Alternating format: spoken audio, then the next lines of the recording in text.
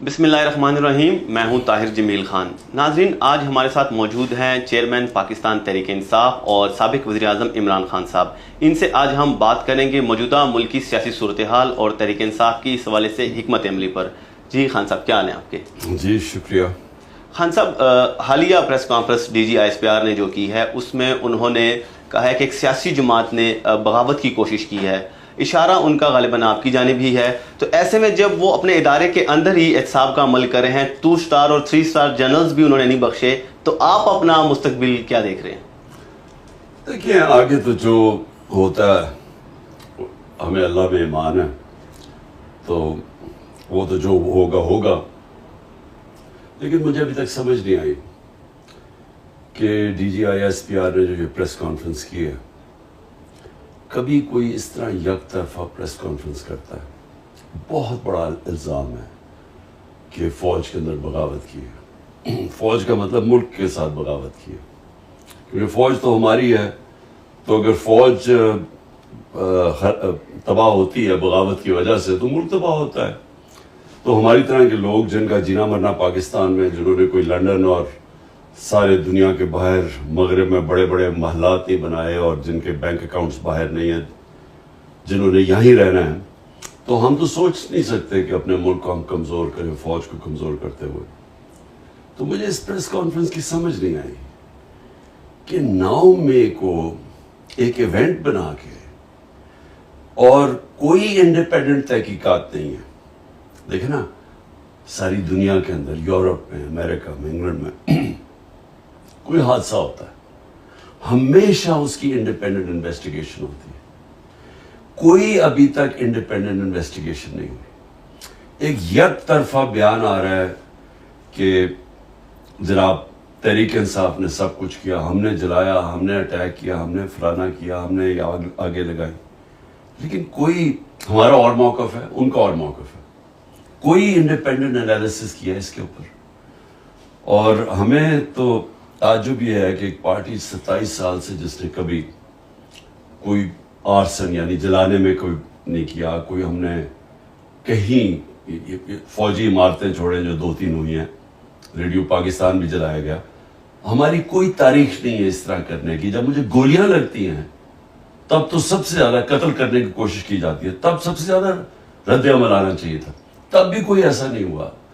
تو یہ جو یک طرفہ سرا ہوا ہے، اور کوئی بات نہیں کر رہا کہ 25 لوگ اس دن شہید ہوئے. 16 کے ہمارے پاس پوری ڈیٹیلز ہیں، جو باقی 9 ہیں ان کے لوگ اتنے ڈرے ہوئے ہیں کہ ہمیں وہ بتا نہیں رہے، یعنی وہ چھپے ہوئے انڈر گراؤنڈ چلے گئے.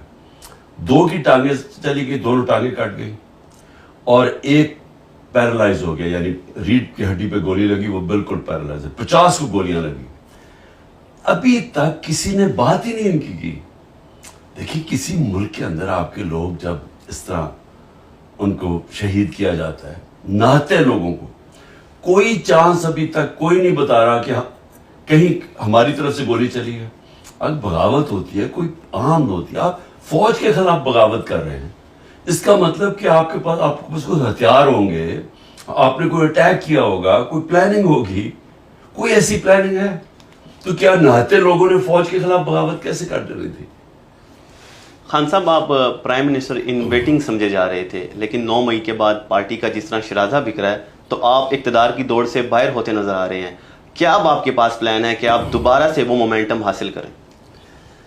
دیکھیں، ایک چیز بہت ضروری ہے سمجھنے کہ پولیٹیکل پارٹی جو ہوتی ہے نا، وہ صرف ایک وجہ سے ختم ہوتی ہے، اس کا ووٹ بینک ختم ہو جاتا ہے. اب یہ پیپلز پارٹی اور نون لیگ ہے، 2 بڑی جماعتیں تھیں پاکستان کی، آج اکٹھی ہیں. آج دونوں بڑی جماعتیں اکٹھی ہو گئی ہیں. اس کے اکٹھے ہونے کے باوجود 37 بائی الیکشن ہوئے جو پچھلے چند مہینوں میں، 30 جیت گئی اب تحریک انصاف. تو اس کا کیا ہوا پھر؟ کیونکہ ان کا ووٹ بینک ختم ہوتا جا رہا ہے. اکٹھے ہو کے بھی ایک جماعت کو نہیں ہرا سکتے. پوری اسٹیبلشمنٹ کی بیکنگ، پولیس ان کے ساتھ، انتظامیہ ان کے ساتھ، الیکشن کمیشن ان کے ساتھ، پھر بھی 37 میں سے 30 الیکشن ہار گئے. اور اتنے خوف زدہ ہیں کہ جو جب سپریم کورٹ نے اناؤنس کیا ہمارا پنجاب کا الیکشن 14 مئی کو، ان سب نے مل کے الیکشن سے بھاگ گئے. سپریم کورٹ کا فیصلہ، آئین کی خلاف ورزی کی. کیوں؟ کیونکہ ڈرے ہوئے ہیں ہارنے سے. تو پوائنٹ یہ ہے کہ جماعت تو تب ہارتی ہے جب اس کا ووٹ بینک ختم ہو جاتا ہے، اور جب اس کا ووٹ بینک ختم ہو جاتا ہے تو اسٹیبلشمنٹ اس کے ساتھ کھڑی ہو جائے، وہ نہیں جیت سکتی. تو تحریک انصاف کا تو اس وقت ووٹ بینک عروج پہ ہے. یہ جو بھی ہو رہا ہے، آپ جتنا ہمارے پہ ظلم کیا جا رہا ہے، یہ انتقامی کارروائی کی جا رہی ہے، 9 مئی کا بہانہ لگا کے ہمارے 10,000 لوگوں کو جیلوں میں ڈال دیا ہے، سینئر لیڈرشپ جیل میں ڈال دی ہے. نکلتے تب ہیں جب وہ کہیں گے جی ہم پارٹی چھوڑ رہے ہیں، تب وہ نکلتے ہیں. تو کیا اس سے کیا ہوگا؟ تحریک انصاف کمزور ہو رہی ہے، تحریک انصاف اور طاقتور ہو رہی ہے. کیوں؟ کیونکہ ووٹ بینک بڑھتا جا رہا ہے. خان صاحب، پارٹی کے سرکردہ جو رہنما ہیں اور آپ کے قریبی ساتھی، ان کے چھوڑ جانے کے بعد خود کو تنہا تو محسوس کرتے ہوں گے؟ دیکھیں، میری ایک مشن ہے. مشن کے اندر آپ نہ دیکھتے ہیں اپنی فیملی، نہ آپ دیکھتے ہیں اپنے دوست، نہ آپ دیکھتے ہیں کہ جی میرے سے 26 سال کوئی میرے ساتھ رہے. آپ صرف مشن دیکھتے ہیں. آپ اٹھا کے دیکھ لیں جنہوں نے مشن لڑی ہیں، قائد اعظم محمد علی جناح، کتنی ان کی دوستیاں رہ گئیں، ان کی فیملی ڈسٹربٹ ہو گئی. مہاتما گاندھی کا دیکھ لیں، وہ بھی بہت بڑا لیڈر تھا، اس کا دیکھ لیں کہ اس کی کیا پرائیویٹ لائف، دوستیاں کدھر گئی. نیلسن منڈیلا کی زندگی پڑھ لیں تو وہ کتنی ان کی فیملی ساری ختم ہو گئی، اس کے دوستوں سے کیا ہوا. تو میرے لیے تو ایک مشن ہے حقیقی آزادی کی.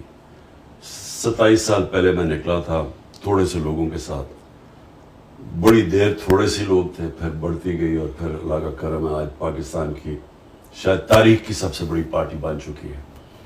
تو اس کے اندر دوستیاں کا آنا جانا سے کوئی فرق نہیں پڑتا. کنسنٹریشن ہے کہ ہم نے اپنے ملک کو، اگر ہم نے اس کو اٹھانا ہے، اگر ہم نے اس کو ایک عظیم قوم بنانا ہے جو کہ بن سکتی تھی. بڑا خواب تھا پاکستان، وہ تب ہوگا جب حقیقی جمہوریت آئے گی. حقیقی جمہوریت تب آتی ہے. حقیقی جمہوریت کا مطلب حقیقی آزادی. آزادی ہوتی ہے تو خوشحالی ہوتی ہے. حقیقی جمہوریت تب تک نہیں آ سکتی جب تک رول آف لا یعنی انصاف نہیں ہوتا. کیونکہ رول آف لا ہوتا ہے تو جمہوریت ہوتی ہے، تو آزادی ہوتی ہے، تو خوشحالی ہوتی ہے. تو یہ جو لوگ چھوڑ کے مغرب جا رہے ہیں، یورپ جاتے ہیں، ساؤتھ امریکہ سے امریکہ گھسنے کی کوشش کرتے ہیں، کیوں کرتے ہیں؟ کیونکہ ان ملکوں کے اندر آزاد لوگ ہیں، ان کی آئین ہے، ان کی جمہوریت ہے، ان کے رول آف لا ہے، لیول پلینگ فیلڈ ہے، محنت کا پھل ملتا ہے. لوگ ایک دفعہ اپنے ٹیکس دیں، قانون کے اوپر چلیں، آزاد ہو جاتے ہیں. ہمارے ملکوں کے اندر بدقسمتی سے ایک چھوٹا سا طبقہ ہے، وہ سارے ملک کے وسائل کنٹرول کر کے بیٹھا ہوا ہے، وہ آزاد نہیں ہونے دیتا. اور یہ جو سارے میرے خلاف جو جمع ہوئے ہیں 14 پارٹیز، اسٹیبلشمنٹ، یہ کیوں ہیں؟ کیونکہ یہ سب ڈرے ہوئے ہیں اس ملک میں حقیقی آزادی سے. حقیقی آزادی کا مطلب کہ یہ جو سارے قبضہ کر کے بیٹھے ہوئے وسائل کے اوپر اور قانون کے اوپر بیٹھے ہوئے ہیں، تو ان کو خطرہ ہے.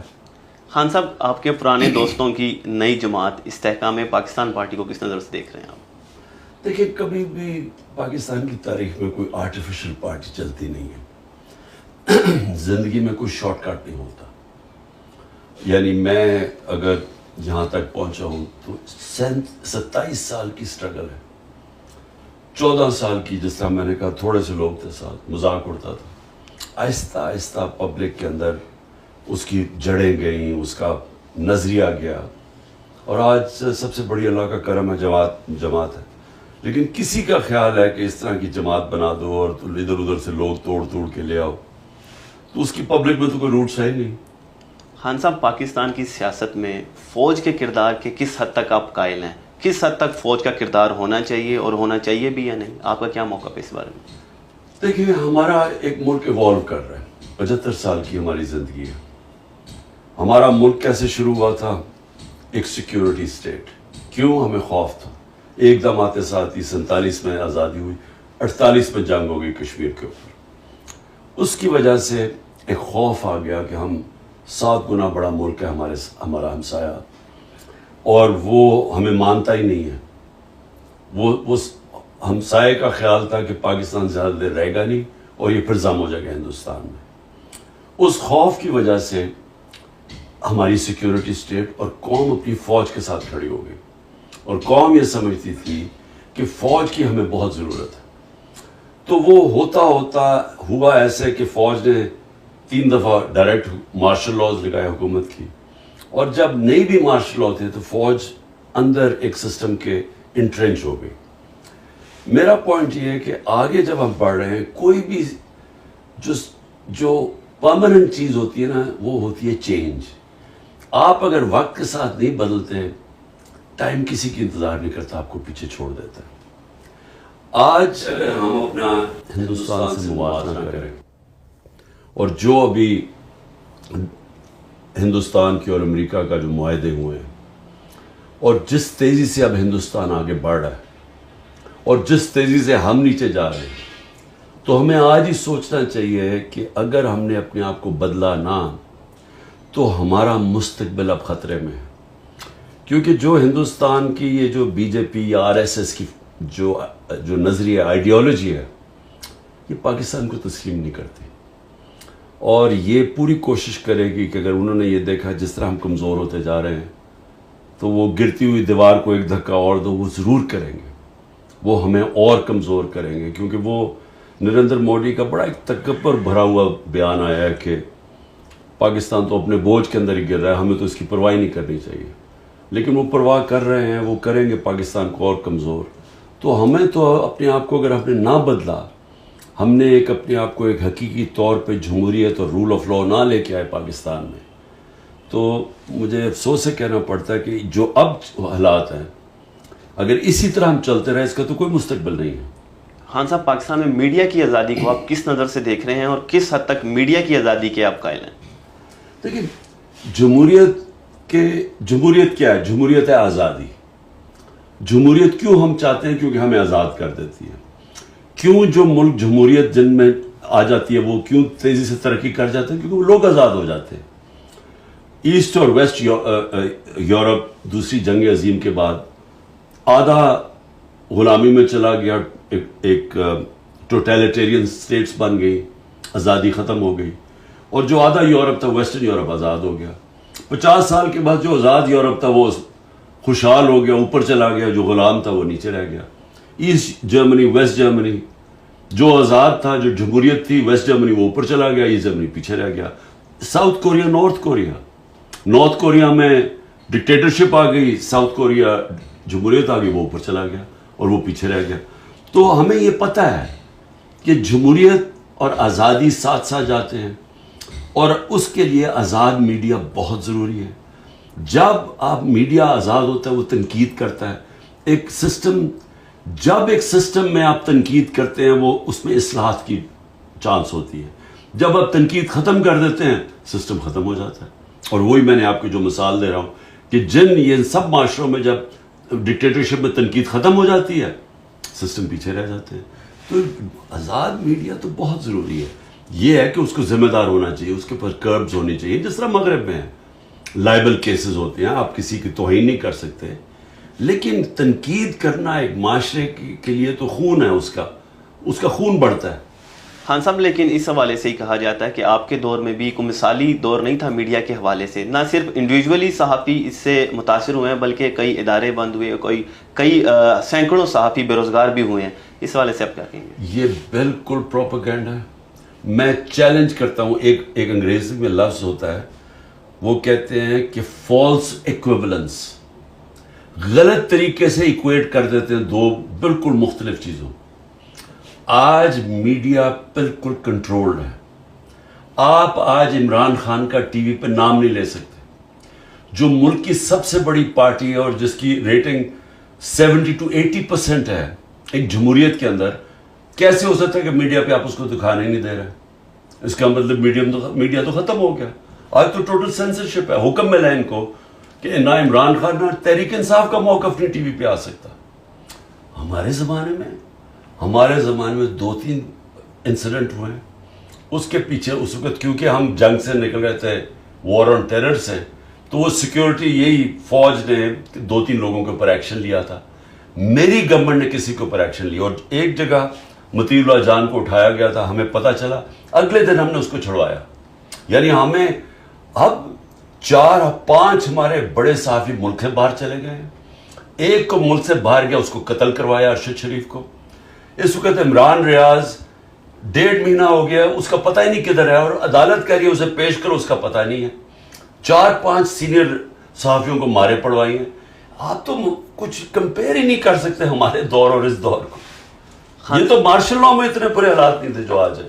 خان صاحب، دنیا ایک بار پھر 2 واضح بلاک میں تقسیم ہو چکی ہے. ایک طرف جہاں امریکہ اور اس کے اتحادی یورپی اور دیگر اقوام ہیں، تو دوسری جانب روس، چین اور ایران سمیت کچھ دیگر ممالک ہیں. آپ پاکستان کا مستقبل کس بلاک کے ساتھ دیکھ رہے ہیں؟ دیکھیں، پاکستان کو کسی بلاک میں نہیں شامل ہونا چاہیے. میں اصل میں ہمارے ہیں تو مخالف، لیکن میں ہندوستان کی فارن پالیسی کو بڑی میچور اور بڑی ذہین فارن پالیسی سمجھتا ہوں. ہندوستان نے اپنے آپ کو نان الائنڈ رکھا، مطلب کہ ہم کسی بلاک میں نہیں ہیں. جب کولڈ وار تھی اور ہم بلاکس میں چلے گئے، اور اس کے انہوں نے سب سے اپنے تعلقات رکھے، امریکہ سے بھی رکھے، روس سے بڑے کلوز تعلقات تھے. اب چین سے ہے تو ان کی تھوڑی آپس میں کانفلکٹ ہے، لیکن چین کے ساتھ ان کی اربوں ڈالر کی ٹریڈ ہے. تجارت چین سے بھی کر رہے ہیں، روس سے سستا تیل لے رہے ہیں. امریکہ کے ساتھ ابھی وہ الائنس کر لی ہے کہ ہر قسم کا انہوں نے کبھی اس طرح کی اسٹریٹجک الائنس، اکنامک، ٹیکنالوجی، جس طرح کی وہ الائنس کی ہے. تو پاکستان کدھر کھڑا ہے آج؟ ہمیں اپنا سوچنا چاہیے نا. ہم پہلے پھنس گئے جا کے ایک بلاک میں، امریکہ کی ہم خدمت کرتے رہے. اس کے بعد جب ہمیں ضرورت ہوتی تھی تو امریکہ ہمیں استعمال کرتا تھا، اور ہم وہ استعمال ہوتے تھے. افغان جہاد میں ہم استعمال ہوئے، جب استعمال ٹیشو پیپر کی طرح استعمال کر کے پھینک دیا گیا. پھر وار آن ٹیرر میں استعمال ہوئے، پھر وہ ختم پھینک دیا گیا. تو یہ تو ہمارا اپنا قصور ہے. ایک خوددار فارن پالیسی ہونی چاہیے، غیرت ہونی چاہیے، قومی غیرت، ایک اپنے پیر پہ کھڑا ہونا چاہیے. ہمیں اب سب سے اچھے تعلقات رکھنے چاہیے. ہمیں امریکہ سے بھی اچھے رکھنے چاہیے، چین سے بھی، روس سے بھی، سب سے. کیونکہ ہمیں تو ایک امن چاہیے پاکستان میں. ہمیں کسی کی جنگ کے اندر شرکت نہیں کرنی چاہیے. میرا بالکل موقف ٹھیک تھا کہ روس اور یوکرین کے بیچ ہمیں نیوٹرل رہنا چاہیے. اس گورنمنٹ نے آ کے یوکرین کا ساتھ دینا شروع کر دیا، اور پھر کہتے ہیں جی روس نے ہمیں سستا تیل نہیں دیا. تو یہ تو ہمارا اپنا، ہمیں کیوں ضرورت ہے؟ کیا کوئی ہماری کانفلکٹ میں شرکت کرتا ہے؟ ہمارا اب کشمیر کا مسئلہ بنا ہوا ہے. انہوں نے، ہندوستان نے یونائٹڈ نیشنز کی سیکورٹی کاؤنسل ریزولوشن کو باہر پھینک کے ان کی اسٹیٹوٹ ختم کر دیے. 5 اگست 2019 میں. کیا کسی نے ہماری مدد کی؟ کوئی ہمارے لیے بولا ہے؟ تو ہم کیوں کسی کی جنگوں میں شرکت کریں؟ خان صاحب، آپ امریکہ پر الزام لگاتے تھے اپنی حکومت کے خاتمے کا. آپ آج بھی سٹینڈ کر رہے ہیں اس الزام پہ؟ دیکھیں، جو حقیقت ہے وہ تو ہے نا حقیقت، کہ ایک 6 مارچ کو میرے پاس ایک سائفر آتا ہے، کوڈڈ میسج، سیکرٹ میسج اپنے ایمبیسڈر سے واشنگٹن میں، اسد مجید سے، کہ ان کو ایک American under secretary of state نے کہا کہ عمران خان کو اگر تم نہیں ہٹاؤ گے ووٹ آف نو کانفیڈنس میں تو ہم تمہارے لیے، پاکستان کے لیے کانسیکوینسز ہوں گے. تو یہ تو حقیقت ہے، کیونکہ وہ سائفر تو میں نے اس میں بھی کیبنٹ میں رکھا، نیشنل سیکورٹی کاؤنسل میں رکھا، کہ ہمارے ملک کی توہین ہے یہ، کہ ایک دوسرے ملک کا ایک آفیشل کہہ رہا ہے کہ ملک کے الیکٹڈ پرائم منسٹر کو ہٹا دو. تو وہ تو فیکٹ ہے. لیکن بعد میں ہمیں جب چیزیں آہستہ آہستہ پتہ چلی، ایک فائرہ ہے انگلینڈ کے اندر، امریکہ کے اندر، جس کے اندر آپ کو رجسٹر کرنا پڑتا ہے. کوئی بھی فورن لابسٹ ہو اس کو رجسٹر کرنا پڑتا ہے. کسی ملک سے اگر کوئی لابی کر رہا ہو تو اس میں پتہ چلا کہ حسین حقانی کو ہم نے $30,000 دیے تھے، اور جنرل باجوہ نے اس کو پیسے دلوائے تھے اپنے لیے لابی کرنے کے لیے میرے خلاف، کہ عمران خان اینٹی امریکن ہے. تو یہ یعنی سازش تو ادھر سے شروع ہوئی، تو ادھر اس کے بعد ادھر سے سائفر آیا. خان صاحب، ایک تاثر عام ہے کہ آپ کے دور میں آپ پاکستان میں چینی منصوبوں پر تحفظات رکھتے تھے. آج کی تاریخ میں سی پیک پر آپ کا کیا موقف ہے؟ دیکھیں، پہلے تو یہ بالکل ہی غلط ہے. ہمیں بلکہ الٹا کہا جا رہا تھا. جنرل باجوہ ہمیں کہتا رہتا تھا کہ تم بہت زیادہ چائنا کی طرف چلے گئے ہو، امریکہ ناراض ہو جائے گا. ہمیں تو وہ الٹا کہتا تھا. تو ہمارا تو یہ ہے کہ چائنا ہمارا 70 سال پرانا دوست ہے اور چائنا ہمارے ساتھ ہر اچھے برے وقت میں کھڑا ہے اور ہمیں ہمیشہ چائنا سے تعلقات ہمارے اس لیے اچھے ہونے چاہیے کہ فیوچر میں چائنا ایک وہ پاور نکل رہی ہے اکنامک پاور, میرے نہیں خیال میں اس کا کوئی مقابلہ کرے گا. تو ہمیں تو ان سے ہر قسم کی ہیلپ کی ضرورت ہے چائنا سے. سو ہم نے تو پوری کوشش کی کہ ہمارے تعلقات بہتر ہوں. بدقسمت ہے 2 سال کووڈ-19 آ گیا, کووڈ-19 کی وجہ سے 2 سال چائنا بند ہو گیا.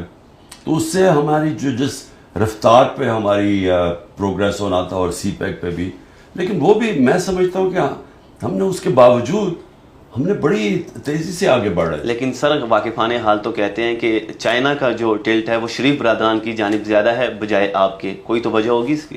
میں نہیں جانتا کہ یہ دیکھیے یہ پروپیگنڈا ہے. کون یہ فیصلہ کرے گا کہ ٹلٹ زیادہ ہے؟ یعنی کیا ثبوت ہے اس کا؟ کیا انہوں نے 14 مہینے میں یہ جب سے آئے ہیں تو کون سا مارکا مار دیا؟ بتائیں چائنا سے کیا کیا انہوں نے, وہ بتائیں انہوں نے کوئی کام کیا جو ہمارے زمانے میں نہیں ہوا. یہ سمجھے کہ چائنا کا جو فورن منسٹر تھا, میری نو کانفیڈنس موشن جب انہوں نے درج کیا اسمبلی میں, تو اس جب میں نے OIC کانفرنس کی تو چائنا کا foreign minister specially as a guest آیا.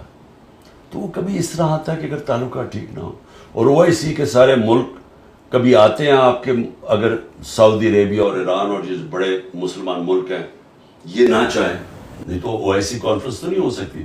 تو 4 مہینے میں 2 تو OIC کانفرنسز ہوئی ہماری, ان میں اٹینڈ کرتا ہے آگے چائنا کا فورن منسٹر. تو یہ کدھر سے کہتے ہیں کہ یہ تعلقات ٹھیک نہیں تھے؟ خان صاحب آپ کے دور میں آپ کا ایک منصوبہ تھا کہ تحریک طالبان پاکستان کے ساتھ مذاکرات کیے جائیں, حتیٰ کہ فاٹا کے اندر بھی انہیں آباد کرنے کی بات ہو رہی تھی. آج کے بھی آپ کا موقف وہی ہے باوجود اس کے کہ وہ ہماری اسٹیٹ کو ہی تسلیم نہیں کرتے؟ دیکھیں گورنمنٹ چینج ہو جاتی ہے افغانستان میں, طالبان کی حکومت آ جاتی ہے. طالبان کی حکومت کہتی ہے کہ جو TTP افغانستان میں بیٹھ کے پاکستان میں واردات کر رہی تھی, وہ ان کو کہتے ہیں کہ جی اب آپ پاکستان واپس جائیں. اب جب وہ پاکستان ان کو واپس بھیجتے ہیں تو ہمارے پاس 2 چوائسز ہیں نا. ہم یا تو, اور وہ 30-40 ہزار لوگ تھے یعنی ان کی فیملیز ملا کے, اب یا تو آپ ان کو کھڑے کر کے گولی مار دیں یا ان کو یہاں کوشش کریں ریہیبلیٹیٹ کرنے کی, کیونکہ افغانستان کہتا ہے ہمیں نہیں چاہیے, آپ کے لوگ ہیں واپس لے لیں. تو دیکھیں جو عقل والی چیز تھی نا وہ یہ کہ ان کو سیٹل کرتے ہیں, ہم ان کو ریہیبلیٹیٹ کرتے ہیں. یہ ساری دنیا میں ہوتا ہے. یہ جب بھی آپ کی یہ جو دہشت گردی کی جنگ ختم ہوتی ہے نا تو آخر میں مذاکرات پہ ہوتی ہے اور آپ پھر ریکنسیلیشن کرتے ہیں. اب ہوا کیا کہ ہم پلان بھی, ہم نے پیسے کا بھی بندوبست کیا کہ ہم ان کو سیٹل کریں گے. اتنے میں پتہ چلا جناب وہ ہماری گورنمنٹ چلی گئی اور انہوں نے آ کے, نہ ان کے پاس کوئی ٹائم تھا نہ ان کو سمجھ تھی. اس کے بعد جو ہماری ملٹری اسٹیبلشمنٹ تھی وہ لگ گئی تحریک انصاف کو ختم کرنے کے لیے اور وہ TTP کو بھول گئی. تو سر TTP کی طرف سے بھی سنجیدگی کا مظاہرہ ہونا چاہیے نا, یہ 2 وے چیز ہوتی ہے. وہاں سے تو حملے جاری تھے اور پاکستان کے مختلف حصوں میں حملے ہوئے, ایون پشاور میں بھی اس کے بعد حملہ ہوا, 100 سے زیادہ وہاں پہ شہادتیں ہوئی. دیکھیں وہ بات کریں کہ جو میرا دور تھا, اب اگست کے اندر وہ ختم ہوتا ہے. اگست میں یعنی اگست میں ان کی گورنمنٹ آتی ہے طالبان کی, اور اس کے بعد یہ آنا شروع ہو جاتے ہیں نومبر دسمبر میں پاکستان. ہم اپریل تک تھے. مجھے بتائیں ہمارے دور میں کیا ہوا ہے؟ ہمارے دور میں کیوں نہیں کوئی حملہ ہوا؟ کیونکہ ہماری بات چیت چل رہی تھی اور ہمارا پلان یہ تھا ان کو ریہیبلیٹیٹ کرنے کا. جب ہم چلے گئے اس کے بعد جون کے اندر میں نے پہلی دفعہ بتایا کہ ان کو سیٹل کرو, کیونکہ پہلی دفعہ پرابلم آیا ہمارا کانڈ کے اندر. ان کو کسی کو پتہ ہی نہ کوئی انٹرسٹ ہے نہ کسی نے کوئی توجہ دی. تو دیکھیں اگر انہوں نے واپس ری سیٹل ہونا تھا تو وہ آسان تو نہیں تھا, لیکن آپ کے پاس دوسری چیز ہے, پھر جنگ شروع کر دیں. تو اب تو ہمیں پتہ ہی نہیں ہے کہ کیا ہو رہا ہے. اب تو کسی کو اندازہ نہیں ہے کہ یہ کیا سٹیٹس ہے, یہ حکومت کیا کوششیں کر رہی ہے. کیونکہ بدقسمتی سے اس وقت ساری جو توجہ حکومت کی اور ملٹری اسٹیبلشمنٹ کی وہ تحریک انصاف کو ختم کرو, ہمارے اوپر پوری سرویلنس لگی ہوئی ہے، ہر جگہ لوگوں کو پکڑ پکڑ کے جیلوں میں ڈال رہے ہیں، 10,000 لوگ ہمارے جیلوں میں ڈال دیے. تو ان کی تو ساری توجہ ادھر ہی ہے. سیکیورٹی فورس ایک ہی وقت پہ کام کر سکتی ہے نا. تو تحریک انصاف کو ختم کرتے کرتے باقی سیکیورٹی کے اوپر ان کے پاس کدھر ٹائم ہے. خان صاحب، آپ نے اقوام متحدہ کی جنرل اسمبلی سے خطاب میں کہا تھا کہ پاکستانی پختون جو ہیں وہ افغان طالبان کے ساتھ ہمدردی رکھتے ہیں اور اس کی وجہ مذہبی سے زیادہ پشتون نیشنلزم ہے. اس سے آپ کی کیا مراد تھی؟ ہمارے دیکھنے اور سننے والوں کے لیے اس کی وضاحت فرمائیں. دیکھیں، جو آدھی آبادی ہے افغانستان کی وہ پشتون ہے، اور جو پاکستان میں یعنی 70% پشتون پاکستان میں رہتے ہیں، 65% کہہ دیں، اور 30 یا 35% افغانستان میں رہتے ہیں. ٹھیک، ان کی بڑی پرانی افیلیشن ہے، یعنی یہ صدیوں سے جاتی ہے. یہ پاکستان جو ڈیورینڈ لائن تھی نا بیچ میں، اس کو وہ مانتے ہی نہیں تھے. یہ پہلی دفعہ اس کا فینس کس نے کیا؟ ہم نے وہاں باڑ لگائی. اس سے پہلے تو وہ کھلا بارڈر تھا. تو ان کے تعلقات بڑے قریب تھے. تو جب افغان جہاد ہوئی تو افغان جہاد میں جو اس طرح پشتون تھے قبائلی علاقے میں، انہوں نے پوری شرکت کی افغان جہاد میں جو 80 کی دہائی میں ہوئی. تو جب یہ آ گیا امریکہ کی جب وار آن ٹیرر، تو انہوں نے جب طالبان کو کیا تو طالبان پشتون تھے. تو جو اس طرف تھے ان کی بڑی ان کے ساتھ افیلیشن تھی. تو یہاں سے بھی لوگوں نے اس میں شرکت کی کیونکہ وہ ایک پرانی ان کی چلی جا رہی تھی. تو میں یہ ہمیشہ کہتا تھا کہ اگر ہم نیوٹرل رہتے ہیں، ہم شرکت نہ کرتے اس میں، تو ہمارا زیادہ چانس تھی ہم ان کو کنٹرول کر سکتے تھے. لیکن جب ہم فریق بن گئے تو انہوں نے پاکستان کو بھی اٹیک کرنا شروع کر دیا، اور جو اس طرف تھے وہ تحریک طالبان بن گئی. اور انہوں نے آ کے پاکستان کو کہا جی آپ کولیبریٹرز ہیں، انہوں نے پرو امریکہ کر کے ہمارے اوپر اٹیکس کیے. خان صاحب، آپ نے القاعدہ چیف کو بھی شہید کہا تھا، اس کی کیا وجہ تھی اور کیا آج بھی آپ اسے شہید سمجھتے ہیں؟ وہ تو اور طرح میں نے بات کی تھی، وہ غلط طرح یہ سمجھے تھے. میں نے کلیریفائی کر دی تھی بات میں. تو ابھی اگر آپ ریکارڈ کی درستگی کے لیے کلیریفائی کرتے ہیں اور آگے چلے اور بات کریں. اچھا، آخری سوال آپ سے ذرا موجودہ تلخ صورتحال سے ذرا ہٹ کے ہے اور وہ کرکٹ پہ ہے. ابھی چند مہینے میں 2 بڑے کرکٹ کے ٹورنامنٹ آ رہے ہیں. ایک ایشیا کپ ہے جو کہ پاکستان میں ہونے جا رہا ہے، اور اس کے لیے بھارت نے اپنی ٹیم بھیجنے سے انکار کر دیا ہے، جس کے بعد آدھے سے زیادہ جو میچز ہیں جو پاکستان نے ہوسٹ کرنے تھے پاکستان کے اندر، وہ سری لنکا منتقل ہو گئے ہیں.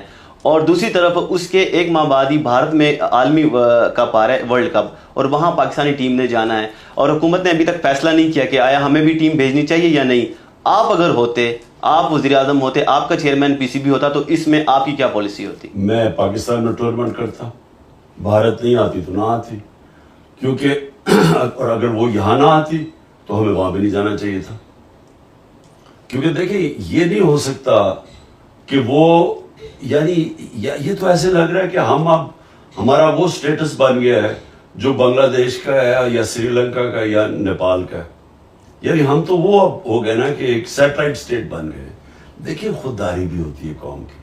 پاکستان ابھی بھی دنیا کی ٹاپ کرکٹ ٹیمز میں سے ہے، اور پاکستان کی ٹیم کی اہمیت ہے، دنیا دیکھنا چاہتی ہے پاکستان ٹیم کو. ہمارے پاس ورلڈ کلاس کرکٹرز ہیں. ہمیں کیوں اپنے آپ کو انڈر سیل کرتے ہیں؟ کیا اگر وہ سمجھتے ہیں کہ وہ بہت بڑی کوئی کرکٹنگ پاور بن گئے تو ہم بھی ہیں. تو ہمیں اگر وہ ہمارے ملک میں کھیلنے کے لیے نہیں تیار تو ہم کیوں ان کے ملک میں جا کے کھیلیں؟ خان صاحب، آپ کے وقت کا بہت شکریہ.